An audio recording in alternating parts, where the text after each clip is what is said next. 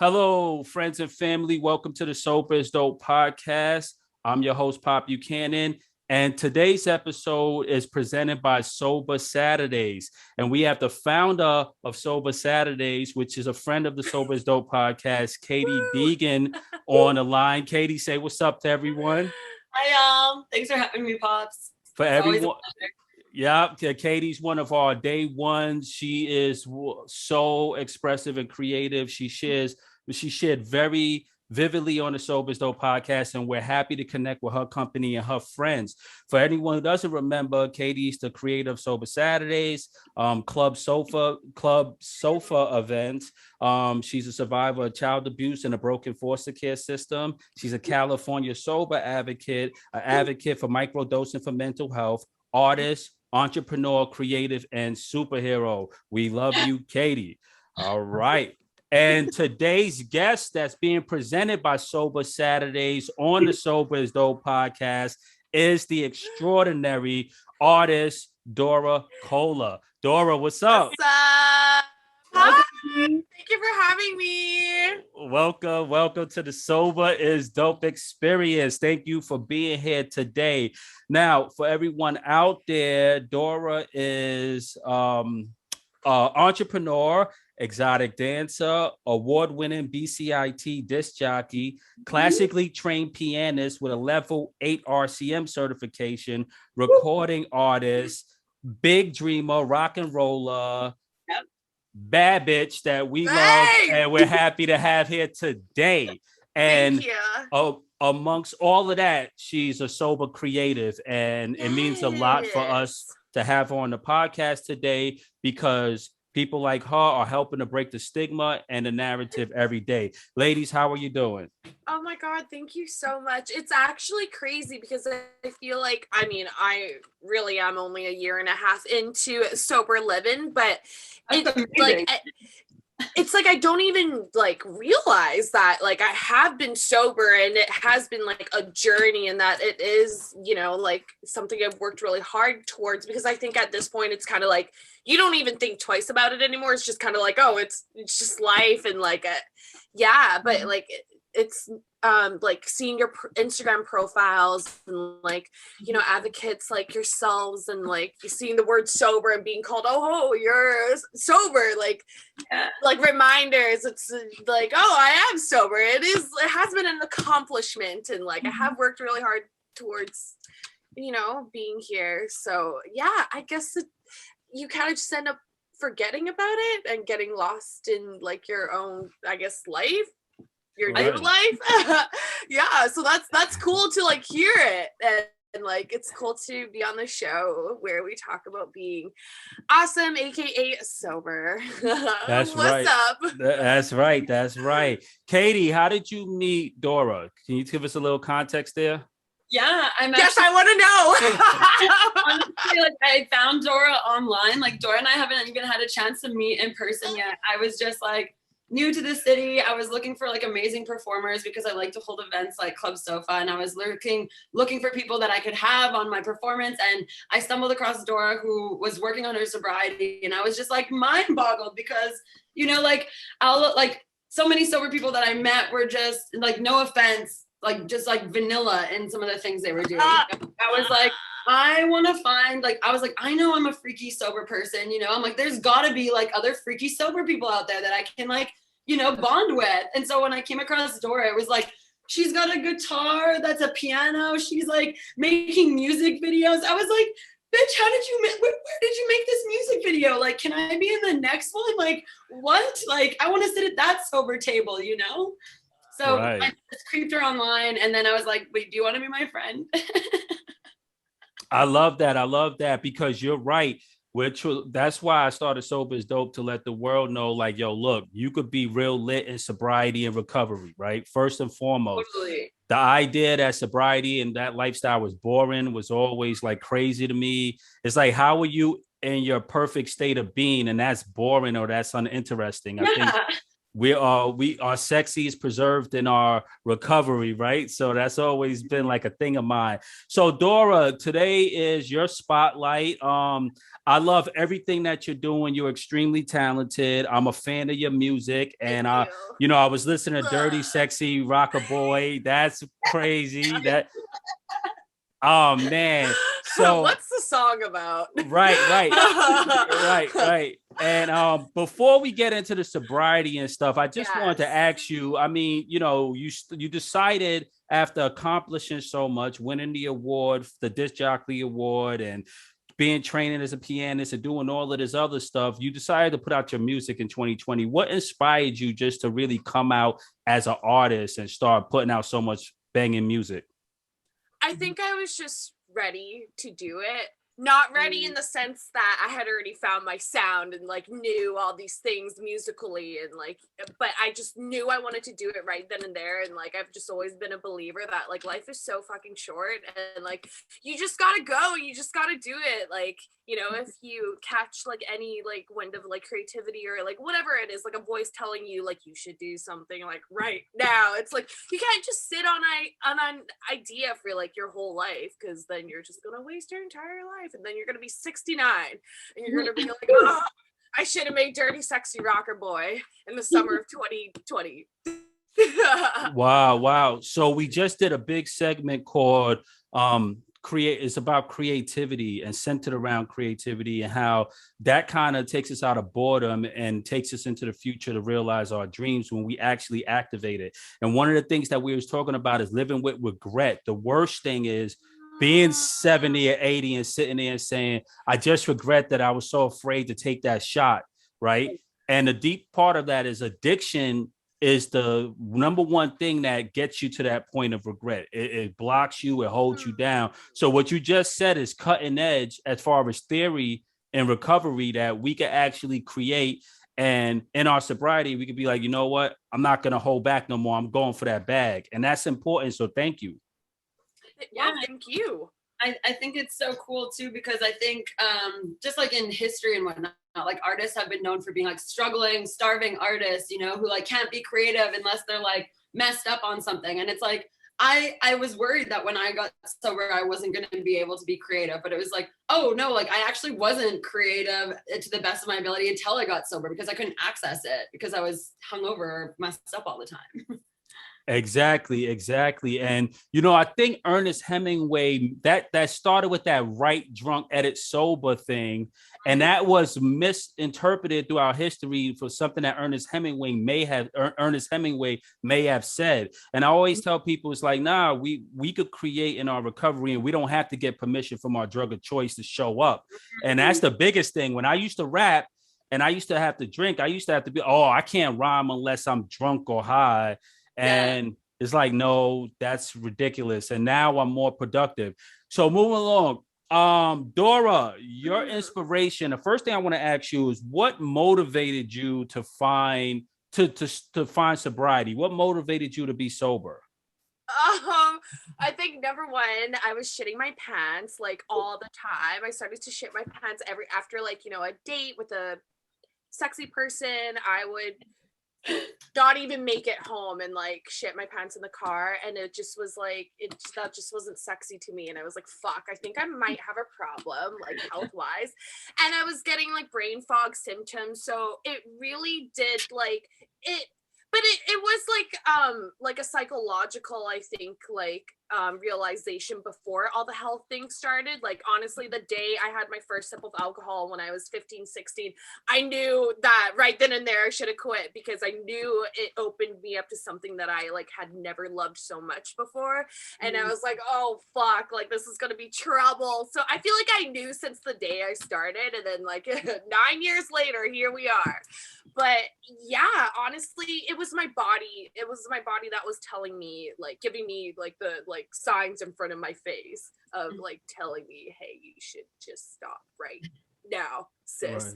But yeah, other than the health stuff that was kind of going on, honestly, like I was always hungover. Like being hungover at like 22, I would miss my entire week, Like, and that wasn't normal. Like, I talked to people in their 40s that like would even have symptoms as bad as me.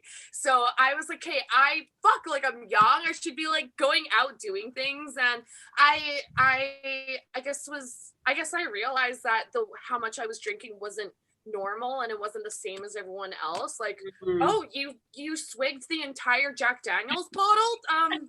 We only had like 3 cocktails. That's interesting.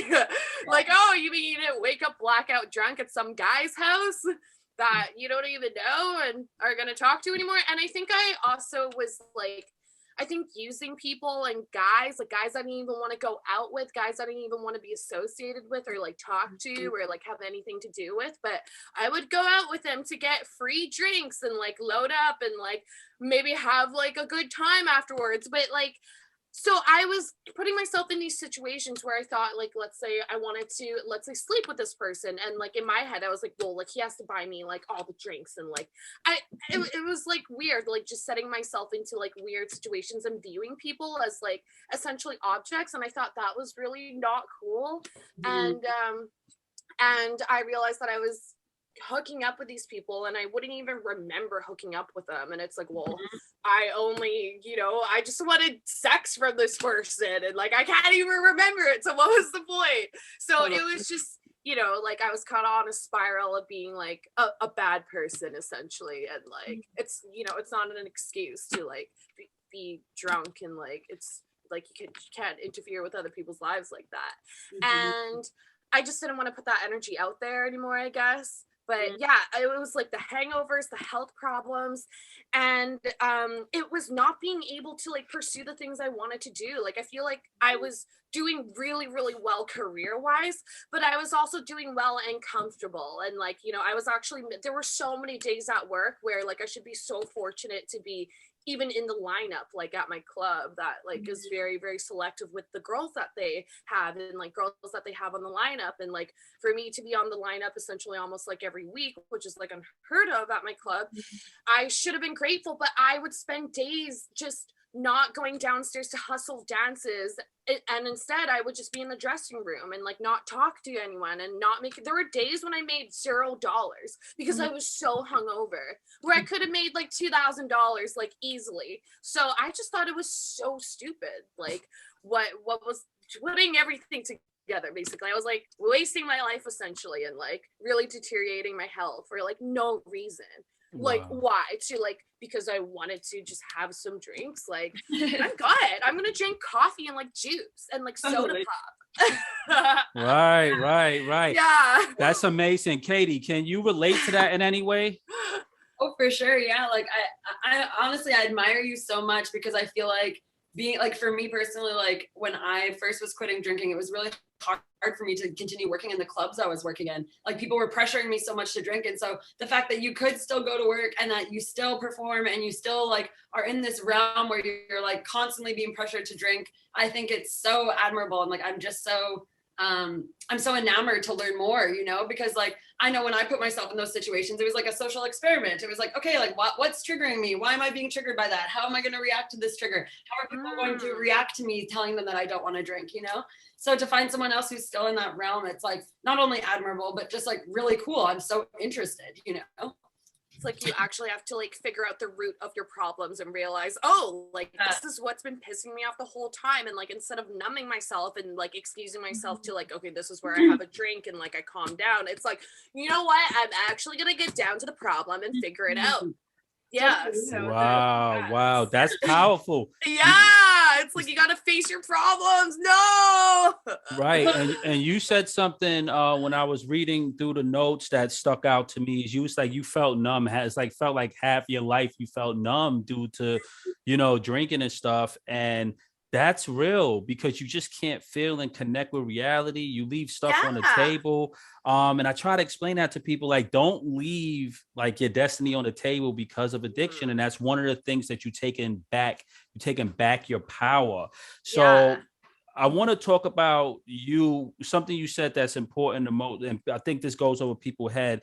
You was tired of being lazy and just the unprofessionalism of addiction, right? Can you talk about that briefly? I mean, just missing out on opportunities and like, like missing meetings and like ruining work relationships with like a person I could have collaborated or still been, you know, have a working relationship or even have been a friend like to this day, like just like maybe possibly gaining a reputation that I didn't want to like build up in the city that like I love so much. And like it's not who I am to be like a lazy person. Like I try real hard in like what I do. And I think because I am a workaholic, because I was working so much and so hard, like instead of like drinking at work, I would wait till my personal time and then I would like essentially like, you know, like go hard or go home. So I would work hard and play hard, which was kind of was like a counteractive to like my train of thought of like working hard, because it made me drink more. So right. And it threw you off. So I remember you said something that was deep. You said that when you were you wouldn't necessarily drink at work, right? You wouldn't drink at the club. No, but then you will overcompensate when you go home, and then it would wind up affecting work anyway. Exactly. Yeah. So like in my head, I could just justify it in my like drunk alcoholic, like Jack Daniels infused brain. But yeah, like now that I look back, I'm like, oh, wow, that didn't really fucking work out, did it? Like I was like, oh, I'm so much like better than y'all. Like I don't drink at work, but really, you know, like my dirty little secret, like just slamming back the bottle. Yeah. And it wasn't, I guess, like I always like grew up in a good like home and like environment and like people, so it wasn't like I had problems in life really. I think was getting carried away and like having a bit too much fun, and then you kind of realize that like, oh, this is happening a lot more than it probably should. Like 5-day benders probably aren't necessarily normal. Yeah. And like it was kind of like living in fantasy world. And I think when you work in an occupation where like you're basically, your job is to party with guys, like you're not even encouraged. It's like like mandatory. It's like a job requirement to like, you know, have a drink in your hand and make sure you're like doing shots and like being fun. But like I always had a strict rule of not like drinking at work, so I was always like just me and like fun, and so like guys would not notice. Right. That's awesome. Katie, any thoughts? Yeah, I mean, I think that's so awesome. It took me a while personally to like find the funness inside myself, because like I didn't, even though I knew that I should quit drinking, you know, like my personality and my job was so wrapped up in it that even when I tried to quit or like would tell the people around me that I was not drinking, it was met with like, well, what do you mean? Yeah, well, they were just like wanted me to drink, you know what I mean? Like you're the plug, you're the person who's the funnest when you're drunk. You know I mean? Like you stay up for 3 to 5 days, like you're saying, whereas like sober Katie wouldn't do those things, you know, like sober Katie wouldn't sleep with those people, like sober Katie wouldn't go to that third after party, sober Katie wouldn't have those conversations. So it's like for me, not drinking meant less fun for everyone else. And so I think, it's just so cool that you were able to be fun right away, where I was like, who am I? Am I fun? Interesting. I mean, it's also like cool that everybody has a different journey and like everybody has a different story, and that's what makes, you know, sobriety so cool and unique. And like when you bond with another sober person, it's stories like that where it's like, hey, so what was your story like? Well, totally. And like I love when I find a story that like, you know, like don't get me wrong, like everyone has such a great in-depth story, and some of them are like quite tumultuous, and like it's great to share those like really intense things. But I also love hearing stories where it's like, like I was able to go back to like my place of work, you know what I mean? Because you hear so many stories of like, no, I have to avoid everything, I need to avoid that place where I used to drink, I need to avoid those people, and it like almost creates this fear within yourself. And then when you want to go to those places or see those people, you already have this like dialogue in your head that like maybe you can't do it. And so it's like to hear people who are like, no, like I was able to go back to work. Like, no, I'm able to be around alcohol. I'm able to dance. I'm able to perform. Like I'm able to be here in this environment and I'm okay. It's like, okay, so us sober people and people in recovery can do this. Like this is an option for us, even if it's not an option for everyone or some. I think that's another like important stigma to, I guess, talk about and like open up, because I was friends with a person that was sober, and I thought because we were both sober that we should automatically be friends, but that's also not the case. And that person believed in going to get help a certain way, like her way was AA, and I had tried it and it just did not work for me. It wasn't for me. Like it just not my thing at all. And like that person just wouldn't understand, like it wouldn't take me as a serious sober person because it wasn't for me. And they were like you just you could just tell that like they like, and it's because like it creates like seclusion between all of us. And it's like when I genuinely think about like what would make me want to relapse, it's like not being included, you know, in the environment that's supposed to help me stay sober and safe, you know, and like not being included in the events and the panels and the talks that like, you know, like really like people really need to hear like our dialogue, because there are so many people like us that AA does not work for, that we just get exactly away, you know, and like we don't take it seriously. Exactly. I tell you, girl. Totally. Like AA is just one avenue, and that's that. There are so many. There's no right answer. Like you just gotta do what like works for you, and like that might take a lot of time to figure out, but like, you know, like that's what makes the journey so beautiful and like fucking cool. Fucking cool. Yeah. I love it. Fucking cool. Dora, that brings me to and one, you ladies are making a great point. Here's the thing. You did it cold turkey, and that's sometimes what, because I went to, you know, I'm an AA advocate. The Sober's Dope does support AA, but we was started to emphasize the aspects of recovery and the avenues outside of AA. I wanted everyone to know that sobriety is just an overall lifestyle. However you get there, it doesn't have to be a one size fits all. It can't be, because there's aspects of AA that's rooted in spirituality and religion and stuff like that may turn people off. I never wanted that to happen. And you did. Going cold turkey is not easy, but you was able to do it successfully. Can you talk about that? Yeah, I had honestly thought that like being an alcoholic was one dimension. It was one type of person. And I had this one type of person, like of how an alcoholic would be, stuck in my head the whole time. And I was like, I'm not this person. Like, I didn't, you know, come from maybe like a bad childhood or like trauma or like anything like that. Honestly, like my life has always been fine and great, but like that doesn't mean alcoholism does not discriminate. Like you can have the most perfect life ever, but like still, you know, be an alcoholic, and like there's no like one, you know, like person of how it looks like. And that's something I didn't understand until like after I got sober. I was like, oh shit, I see. And you know, I still have those revelations. Like I still have memories that come up, you know, that I thought about in early sobriety that I was like, oh, that wasn't like an addictive moment. Then now I think about it and I'm like, oh wait, I think maybe that this is run a little deeper than I initially thought, you know, like that still happened. That's so powerful. That's so powerful. You know, one thing that I do want to talk about while I have both of you on Sober is Dope is that this expectation, women in the industry, whether it's sex workers, whether it's exotic dancing, whether it's music, it's always this negative expectation that from men. And I want to call men out because we live in this male-dominated, androcentric society where everything is geared towards sex, is over-sexualized, and men trying to railroad women into sex. And people sometimes don't take sex workers, exotic dancers, female entertainers seriously, and feel like they have to drug you up just so they could get some. And that leads to a lot of sex trafficking, a lot of death, a lot of just bad things. Can you talk about the state of the industry and how it affects you guys and that whole type of idea of sex, drugs, and life? Oh God. Yeah. It's a big topic. I didn't mean to load you guys up. It's tough though, because there's women out there right now that's in these industries that probably feel like they have to use just to be effective, and it could be problematic.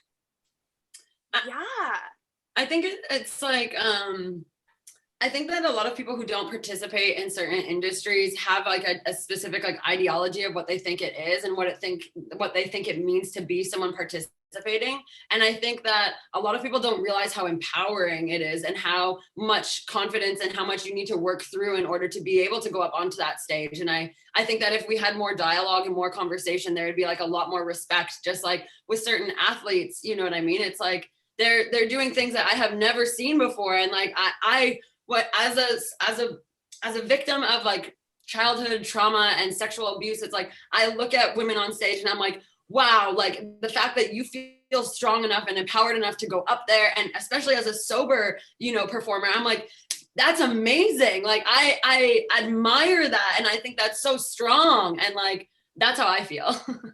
Powerful. That's so powerful. Dora, how has sobriety enhanced your life in general and especially professionally? Can you explain the difference? I know it's like night and day, and I know you're so much more alert and you live in this vibrancy. Can we talk about that? Yeah, wow, that's a really good word and good way to describe it, vibrancy and like being alert. Exactly. Like finally, it's still trippy to me because like my friends, I don't think any of my friends are sober. Like I still go to the bar with them and like, you know, we still have a fucking bitchin' time. But it's so funny. They'll be like, oh, I'm so hungover right now at like 2 p.m. on like a Monday. And I'll be like,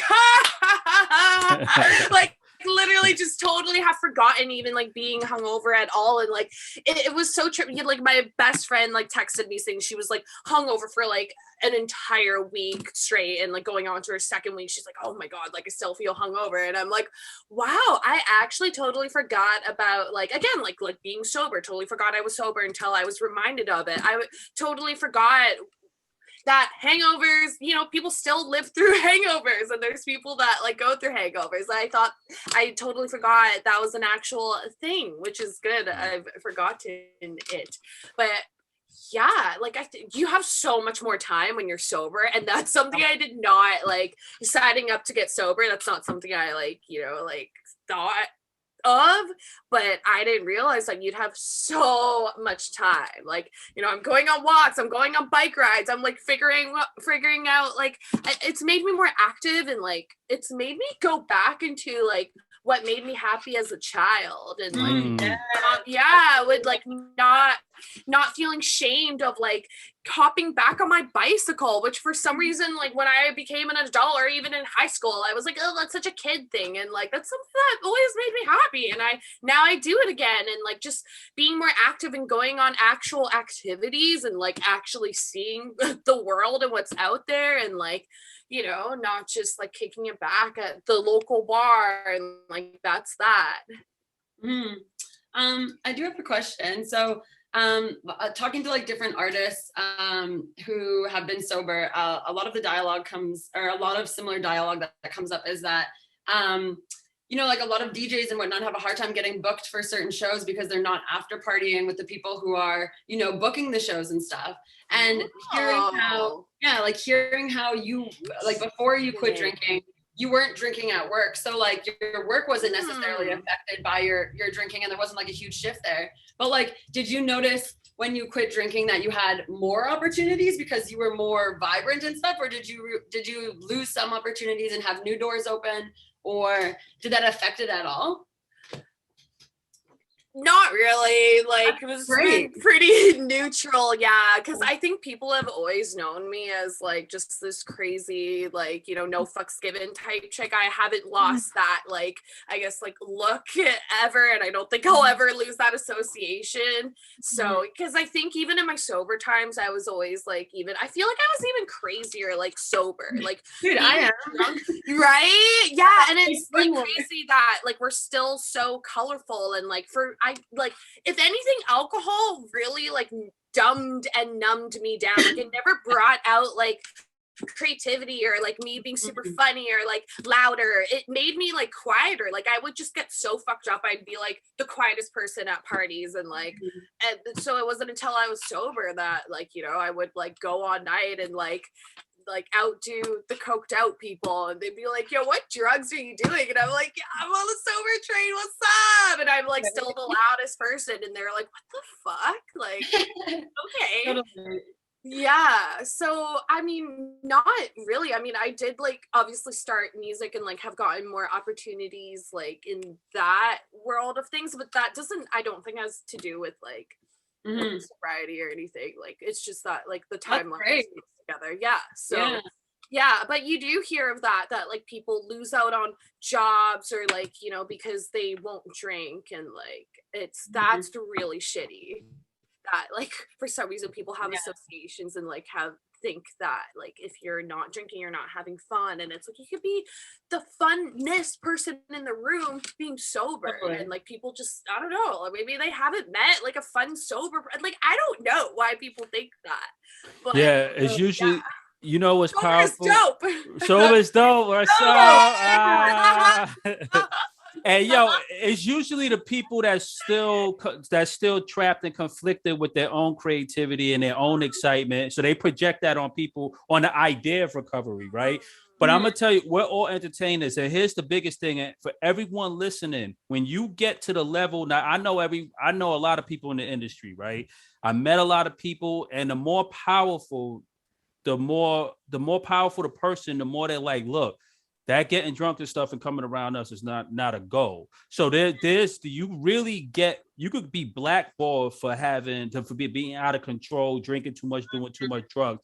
People think entertainers are out there getting really twisted, but the more up the food chain you go, these guys is drinking water. They're like, I can't afford it, right? Kendrick Lamar, for example. Kendrick Lamar was like, I can't do that. I can't connect to my fans if I'm out here getting drunk or high, so he chose not to do it. He's an optimal performer. Eminem said, I can't do it no more because I have a daughter, I have a life. Optimal performer. Jay-Z, all of these guys, the more up the food chain you go, the more these guys are sober, right? Sometimes they're not even saying it. So I'll give you some context. When I was in the industry, I was around Jazzo. Jazzo's the guy that did the originator. He was the OG that put Jay-Z on and was like Jay-Z's mentor. Jazz used to always pull me aside and say, Pop, listen, man, there's two things that's going to kill you: the drinking and women, man. If you're trying to be a serious artist, you got to get both of those things under control. And that delayed my career by like 15 years of me just drinking. So everybody was like, you're a really good artist. We all love you. We all want to give you record deals. We can't because you're too wild, right? So it's this expectation that we think that we're going to be praised for being wacky and wild and loose, but you could get ostracized and stigmatized in the industry. So it's incentivized to be focused because people know, look, I got to call you 6 o'clock in the morning. If you got to be in Phoenix at 3, then Cali and here, how you getting drunk all day? Yeah, unless you're going like on a huge, like you're starting from like 6 a.m. the minute you wake up to like where you're done, and you can't do that. You're gonna die by the time you're like 10 years old. Literally. But like it's really interesting that stigma. Well, like I think about other DJs too, like in like the DJ world, like Justin Martin, he's been sober for a couple of years now, and it's like that was huge because like so many, like I was so excited when he came out and talked about that because I know so many people look up to him, and it's like when larger artists can come out and talk about their sobriety, it can inspire so many younger people and other artists too, because like you were saying, it's like there is that expectation where you feel like if you go in after party with these people that you're going to have more opportunities. But then there's that second dialogue of more serious artists who, you know, see you drunk and wasted at an event every time, trying to talk to them about music or something. And they're like, yo, man, like you are not the association. I'm on this like healthy tip, like really serious about my art, you know? It's so powerful. I'm telling you, this is a game changer because this is the first time I was able to really talk about this. And I'm telling you, it's a game changer. So if you're out there thinking, if you want to be an artist, sobriety is going to be a real advantage to you because you're going to just exponentially increase the chances of you finding success. All right. And then people's going to really say, I want to work with this person, especially in acting. You can't do this in acting. And the actors have to be now, you have Johnny Depp and these guys who struggle, but look what happens. They life fall apart. You see them, then they have to go back to rehab, and then they come out with a big movie after they figure it out. you never see them really successful through the binge or the addiction. The industry shuts them down to say, yo, we have a problem here. Yeah. And I'm glad we were able to highlight that, because I was a young artist. I mean, I started rapping when I was 15, and I used to get so wasted trying to impress people and try to just be this character. And then it translated to the music. So try to find authenticity through your art form, and just by being genuine, you're going to get closer to your realizing your goals. And That's so true. And I think like when you're super affirmative and like strict with your boundaries, people respect that more. Like at parties, like at work, I mean, when I dance at parties, you know, like I tell guys are obviously always the first question, hey, like, what do you want to drink? And I straight up now just say, and you're not really supposed to do this because like, you know, you want to appear fun. And so like, they don't like it when you like say this, but I don't give a fuck anymore. I straight up say I'm sober. And they end up like, they're like, what? Oh my God, that's so good for you. Like, that's so cool. They think it's like sexy and hot. And then I end up making my bag. Gotta get the bag. You gotta get the bag. Yes, the many bags, all the bags. The bags. Yes. We want all the bags. All of them. Yeah.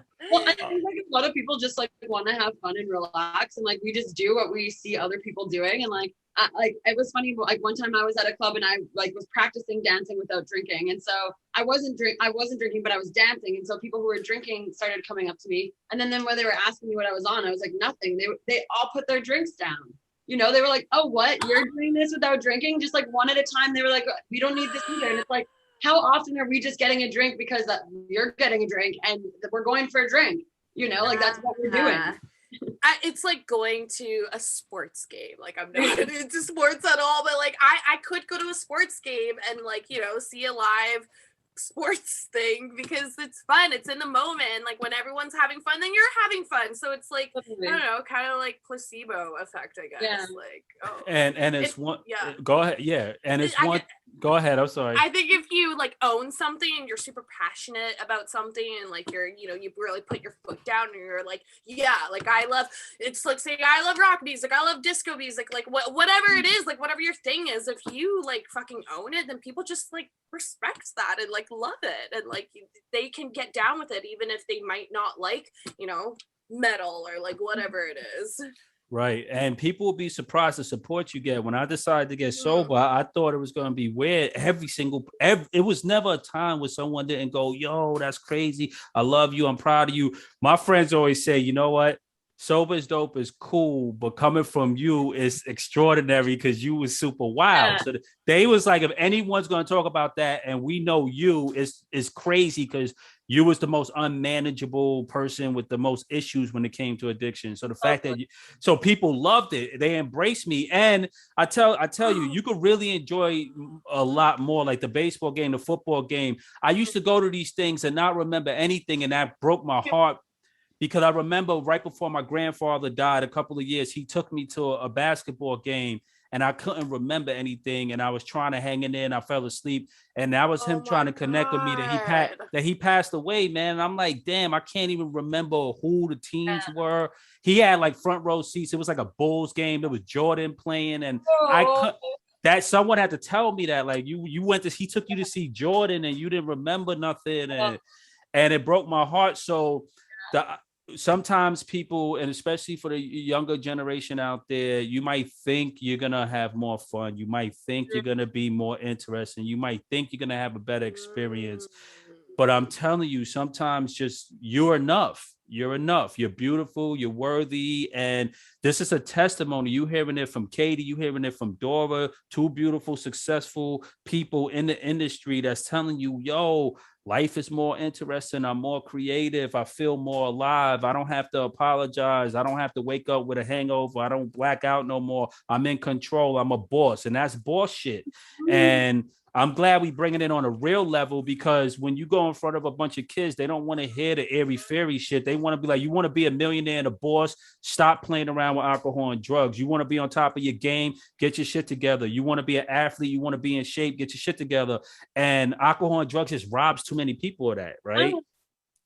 I also think like the quality of like your work just goes up. You know what I mean? Like Right. I can't like what even like watching my partner DJ, it's like how he used to play when he was drinking is completely different compared to how he plays now when he's not drinking. Like, you know, it's gone from like party music to like art, you know, and like emotion, and like you can tell that it is represented in like what he's playing, and it's really cool. You can see it's authentic. And so I love that. I aspire for more of that, you know what I mean? Right. There were so many times on stage when I was so hungover, like literally I'm like bending over, taking off the underwear. I'm like about to vomit. I'm like, fuck, do not puke on these guys that are watching. Don't do it. Like hold it in, sis. And like, oh my God. Yeah. I think there was like one time I literally ran off and I just like went to the bathroom and puked. Like I've been there, you know, like even working in like the restaurant industry, you know, I'd be like telling my girls like, can you cover me for a second? Like I need to be in the bathroom for a minute, you know, like, and I'm going to need some coffee. And like, if anyone has anything else that will help me. It's like, well, even like back to my radio days, like when I had a radio show, I would show up super hungover on the Sunday and I would go and do my shift, and in between all my like bits of like when the music would play and stuff, I had literally a bucket right beside me, and like I had like the bathroom key, and I was the only one that was in the studio, and this became like a habit for like the months I was there. And like I like went like I missed like a few of my like talking cues because I was either vomiting or like shitting in the bathroom, and while vomiting at the same time, and then vomiting here. Like it was so uncool, man. It was so bad. And, cool, and like just thinking about all the brain cells I've lost. Years, it's like fuck, man. Like I'm never gonna be able to get my. It's like I remember. Could I've been smarter? Probably. Like fuck. I remember at one point I had to start putting like a plastic mat over my mattress because I kept peeing my bed while I was wasted, and it was like I'm an adult woman with a king size bed, and I have to get on, and it's like crinkle, crinkle, crinkle, and I'm like, okay, this is enough. This is enough. That was a sign. I was like, it's fine. We'll just get a plastic sheet for a bed sheet. Like, that's fine. Oh my God. Wow. Well, the other thing that I thought was weird is like, when I was like in the midst of my like addiction or whatever, my standards lowered so much. And as I got out of my addiction, it was like, whoa, like, how do I raise my standards again? You know what I mean? Like, actually, I know I used to do that. And I know I used to party with these people and go to these types of things, but like, I'm not doing that anymore, you know, like I'm not going there. In terms of like dating or like friends or like both. Yeah. Like I think like at one point in my addiction, I was just chasing the party. So like, you know, it would go from like me being like going to a really dope party that I was invited to, or like going to an after party after work, to like literally staying up for 3 or 4 days, just being like, okay, now where are you going? And like, not even knowing who those people are, you know, just being like, I'm going with you because there's drugs and alcohol there. You know? Yeah, totally. Like there were so many guys that like, you know, like me and the girls would just hit up at like 2 a.m. because we knew like he either had alcohol or the money to get like whatever bottles we wanted like after hours, or like he was like, you know, like he knew the clubs to go to, like just like guys I would never even fucking want to even talk to. But it's like, you know, you take one for the team, like you gather up the girls, it's like, okay girls, we're going here, and it's just so fucking. That's like one thing that me and my girlfriends used to talk about. Like we used to like, you know, like we would go out somewhere and like say we wanted to like find cocaine. Like it was like, ooh, who can find it first? You know what I mean? Yeah. You go to the bathroom together and you're like, I found it, you know, and you have your little tool, and you're like, now we're gonna do it. And it's like yes, you go, girl. Yeah. And like we used to joke around, like if you were an adult woman, like you had your own cocaine on you at all times. You know what I mean? It was like that's how you knew you were like an adult woman. Like, oh my God, that's so funny. So weird. I can totally relate with. Well, I've never touched cocaine or drugs, but alcohol. Like we were going to clubs and like we were like doing like, I guess we were like doing competitions to see who would be able to get the guy to buy us like whoever a drink first, and like it got to the point where like guys would literally just signal it, like we'd be like yes, like they get it, like it's no like hey babe, how are you doing? It's more just like yeah. It was getting to that point where like. Well, I feel you. Like when I was trying to quit drinking, like I would go to the club and I'd be like, okay, you guys, like I'm not drinking tonight, and they'd be like, well, we'll order 3 times the amount of booze we usually would. And not only will we tip you like more than what the bill is, we will also pay you to drink with us. And it's like, how, as like a single young like girl who doesn't have any like other financial aid, you're like, okay, so I'm going to make 4 times the amount just by having these shots with you. It's like, damn it, fine. You know, like, it's so like there's so much weird pressure like that. Totally. And I think there's just so much stigma in like, you know, jobs like that where it's very like appearance based, service based, where like, you know, like there's the girls that are girls and guys that work these jobs that think this, and they think that if you know, do drugs with your customers, clients, if you drink, if you party with them, then you'll make more money. And honestly, it's like the opposite. You make less money because now you're getting sloppy. Now you're doing this for fun. Now you're not thinking business forward. Now you're not hustling. Now you're doing this for all the wrong reasons. Like, sis, what are you doing? But hey, like, I'm not gonna tell you what to do, so I'm just gonna watch me on the sidelines. Totally. Wow, that you guys just dropped it. You just dropped it. It's like, that's priceless. Oh my goodness. And thank you so much, because I'm telling you, you just saved thousands of people's lives, right? Because this goes a long way, just listening to how you think, the reality. And what I hate is that, and when we were out there, you know, I come from a real estate investment background. We get a lot of money fast, go to strip clubs, put money on the table, be able to buy bottles. There was also it was also the hip hop side. But one thing that I will say is that, and I didn't like this, I remember that I was around high rollers and they would put out the champagne for the women, and they would be drinking water. And I'm being an alcoholic. When I went into the strip club, I would get drunk fast. So like, they'll be like, all right, Pop, here's $2,000. Cause I was the younger one. So they'd be like, here's, start with $2,000 and chill. And I'll put the $2,000 in my pocket and be like, yeah, I'm not trying to spend this $2,000. I'm trying to, and then I would get drunk within the first 30 to 40 minutes. And then they pulled me aside and was like, we don't get drunk. The women, it's for the women to get drunk so we could, you know what I'm saying? And they had the money. So the expectation was to get the strippers to, you know, bounce and leave and do other things with them. Right. And so think about all of the predators with money that uses it as, you know, bait to flash amongst innocent women. And they use the alcohol and the drugs to get them. And then a lot of these women go missing. A lot of these women wind up raped. You know, you can wind up as rape victims, you wind up dead. And that's why I think changing the narrative about how how important it is to be sober-minded, we can start there. It's not always don't drink. It's like, to the people who struggle, say, listen, let's start talking about sober-mindedness, being careful, being aware of your surroundings. And I just don't like the fact that women are always just targeted. Oh my God. Right? Well, yeah. All day, every day. Well, we're taught from like a really young age to like, you know, you can't walk home by yourself. Like you can't wear this, you can't wear that, you can't do this, you can't do that, you can't go out here at 7 p.m. at night. Like, what do you mean? Like, why can't I just like walk out like a normal fucking human being? Well, like you can't because you're a woman. Like, no matter where you are, like Canada, the States, like, oh my God, anywhere, all over. If you're a woman, period. If you're a woman, like that's all. And it's so weird. There's rules around, like, you can't, like in Canada anyways, like you can't really carry like weapons as a woman either. Cause like if you have like, say you have like a knife or something on you and you use it on someone who's trying to hurt you, like you get in trouble. So it's like, you need to be sneaky about it. Like you can have, you know, bear mace because that's for bears. And if something happens and you just happen to use your bear mace on someone else, then like, that's fine. But like, I have to walk with my keys in between my fingers, and like, you know, like I have a really loud beeper, you know, like stuff like that. And it's like, you know, like there's so many instances where you still try to be safe, you know, like get someone to walk you to your car after work. And, you know, like that person is the person who's trying to lead you somewhere, you know, it's like, you just can't trust anyone. And especially if you're drunk, you can't protect yourself.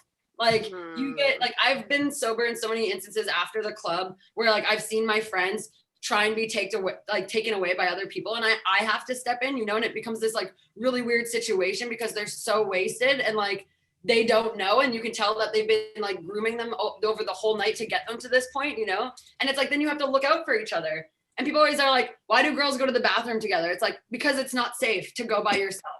That's the real truth. It's not safe. Like, And that's insane inside an establishment, especially when you're like working at or you're with like a bunch of people and like you can't go somewhere without being targeted in between your table and the restroom. Like that's crazy. It's serious. Wow. It's serious.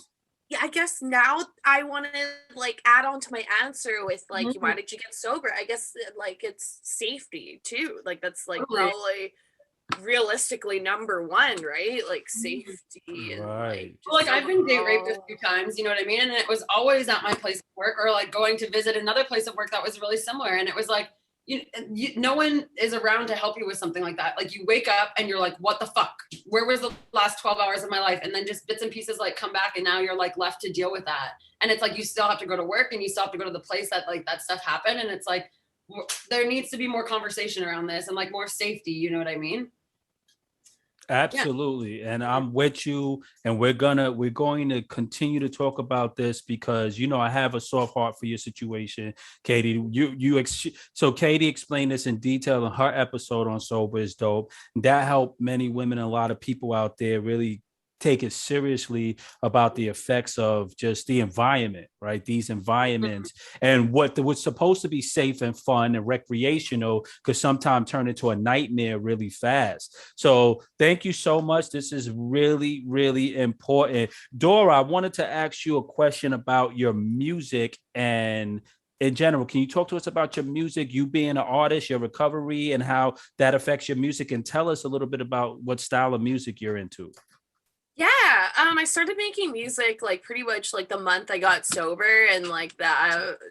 And so I guess I can't really compare it to like, you know, versus when I would drink. But I guess like if I was still drinking, I would say I probably wouldn't be making music and just, yeah. So I guess everything like kind of came together hand in hand.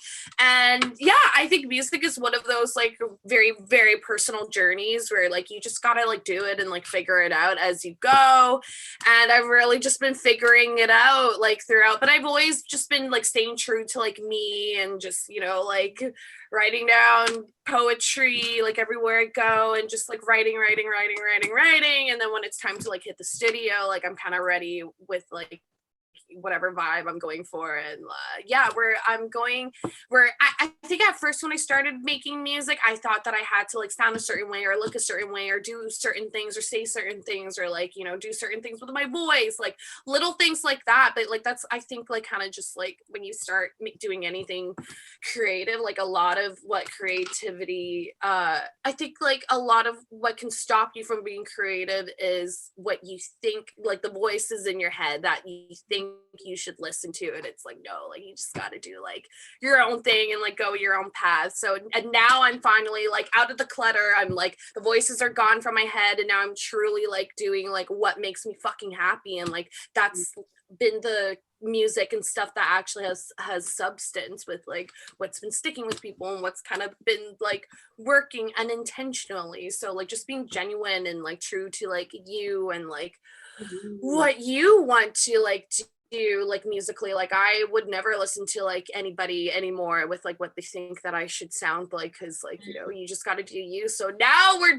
finally getting into like a heavier like just pure rock, and like I'm so stoked. Like at first we were kind of just doing like little pop, like, you know, maybe hip hop beats and stuff, and it just wasn't true to who I am. And then we started going grungier and heavier, and then I was like, yeah, this is like, yeah, what I should be making, because it's true to who I am. And now there's just no bullshit anymore. So I'm happy I found like my voice and my sound, and like, you know, even being sober, like I think like I don't know, like maybe being sober, like you just think of things even more, so that's why you're just more cautious. But like that can really take away from like creativity and like the progress of being creative and just being an artist in general. Like being an artist, you're supposed to just like put out things and like for how it is to you, and like that's that. Like you can't be influenced by like, you know, the mass, because then you're just gonna be a sellout, and I'm not a sellout.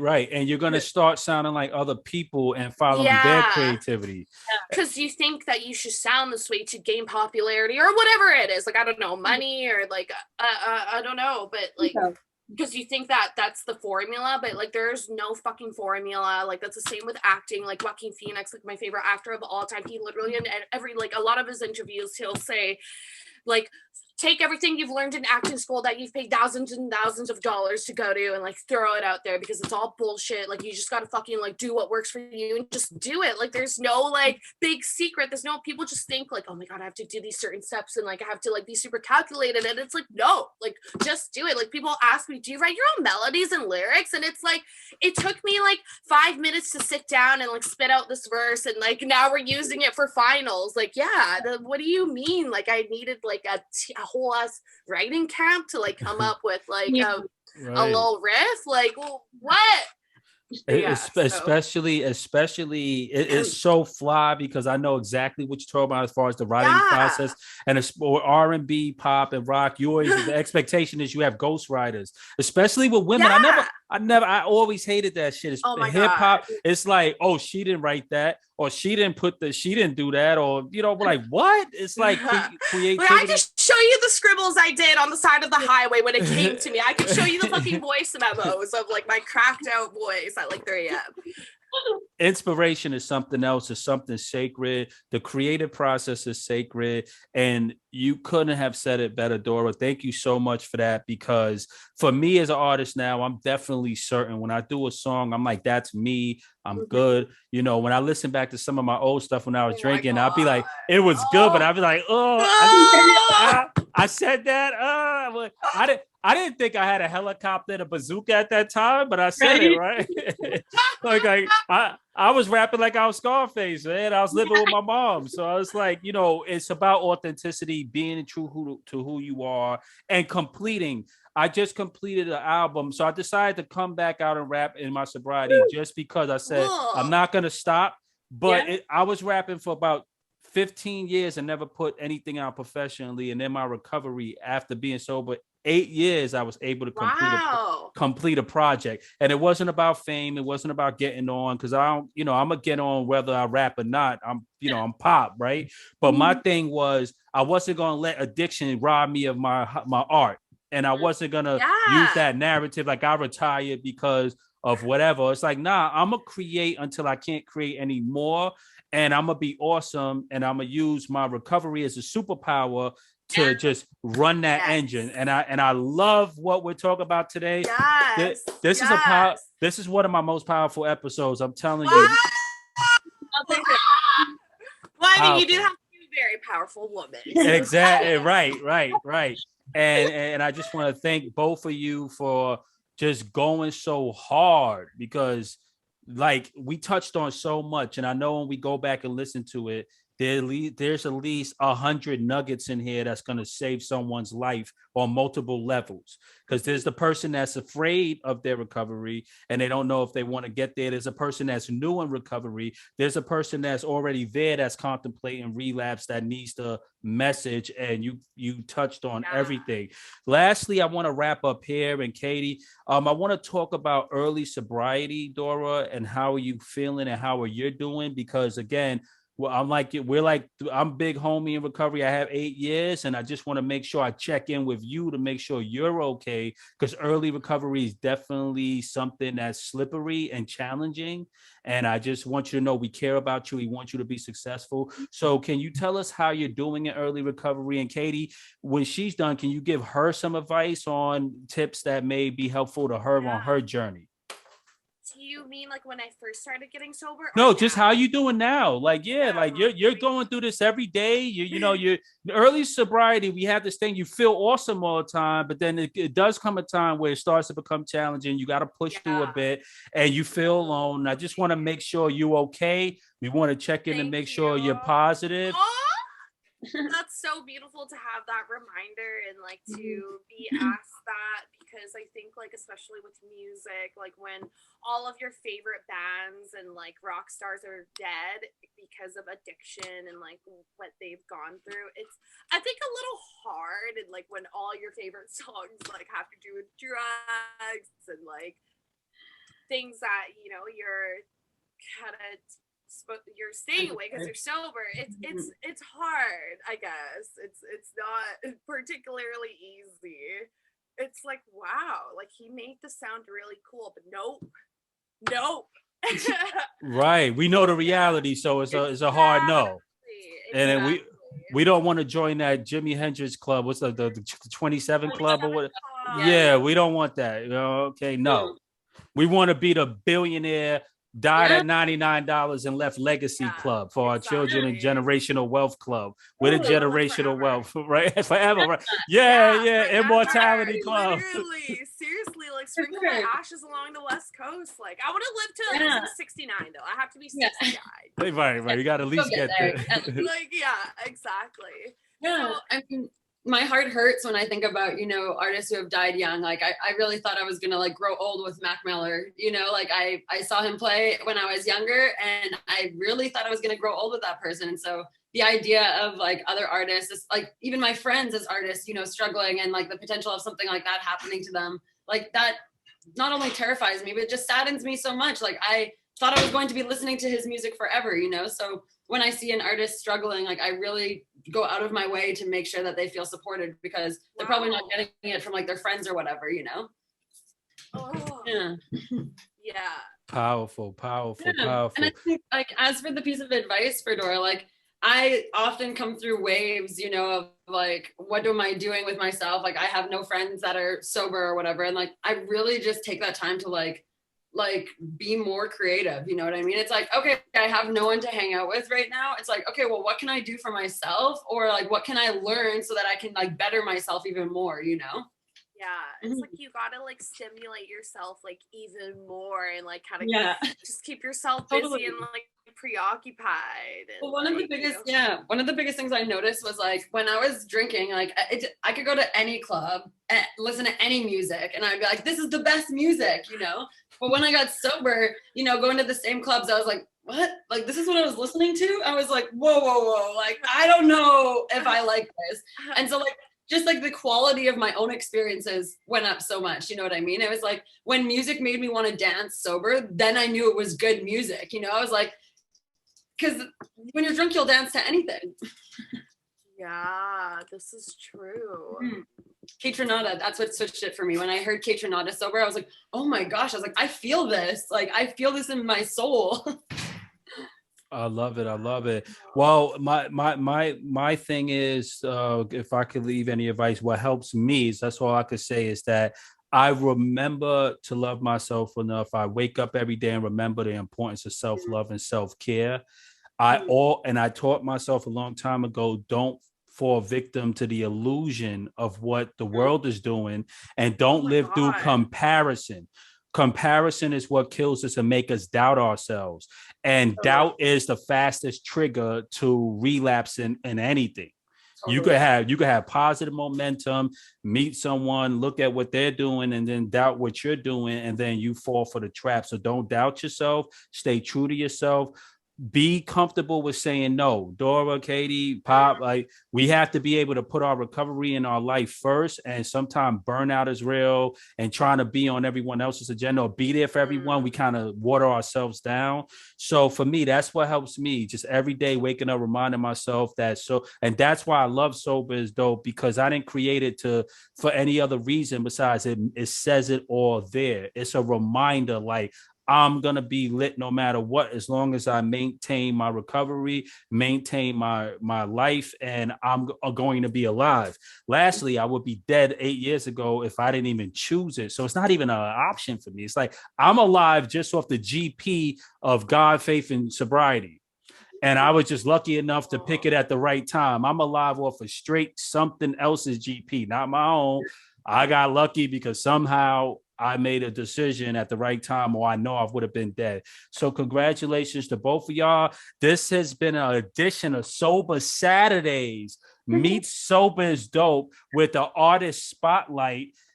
featuring Dora Kola, the artist extraordinaire. You can find any information from Dora at doracola.com. I will put all her links in the show notes. She's on Spotify, Apple. Her music is lit. She has a dope single coming out. All My Boyfriends Are Dead. We're going to feature a snippet of that at the end of the podcast. Check out her single, Dirty Sexy Rocker Boy, and all her music. We can't wait to see you doing more in the acting community, and we want all your dreams to come true.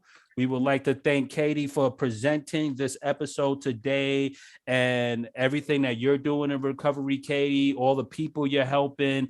And we just want to let everyone in the recovery community know, stop hating on other people's process. Everyone has their own process of recovery. What works for one person may not work for another, and your way of recovery may not be the only way. So keep an open mind, keep an open heart, and remember, none of us are too big in our recovery to not remember where we come from. So have mercy on others and don't be so judgmental. Leave with an open heart. Any closing words, Katie? Any closing words, Dora? And we'll wrap there. Honestly, no, I'm just so grateful. Thank you, Dora, for taking time out of your day and your busy life to come and meet with us. God. Been such an admirer, and I hope to work more together in the future. Thank you guys so much. I had a lot of fun, and thank you so much for the reminder that we are on this journey together and we are a family, and there's so many colorful souls that are sober, and sober isn't just one image. Totally. And there we have it. And there we have it. That's a wrap for our amazing guest. You're listening to the Sobriety podcast. I'm Pop Buchanan. I love you all. Go in peace, and I'll catch you on the other side. Party on! Rock on!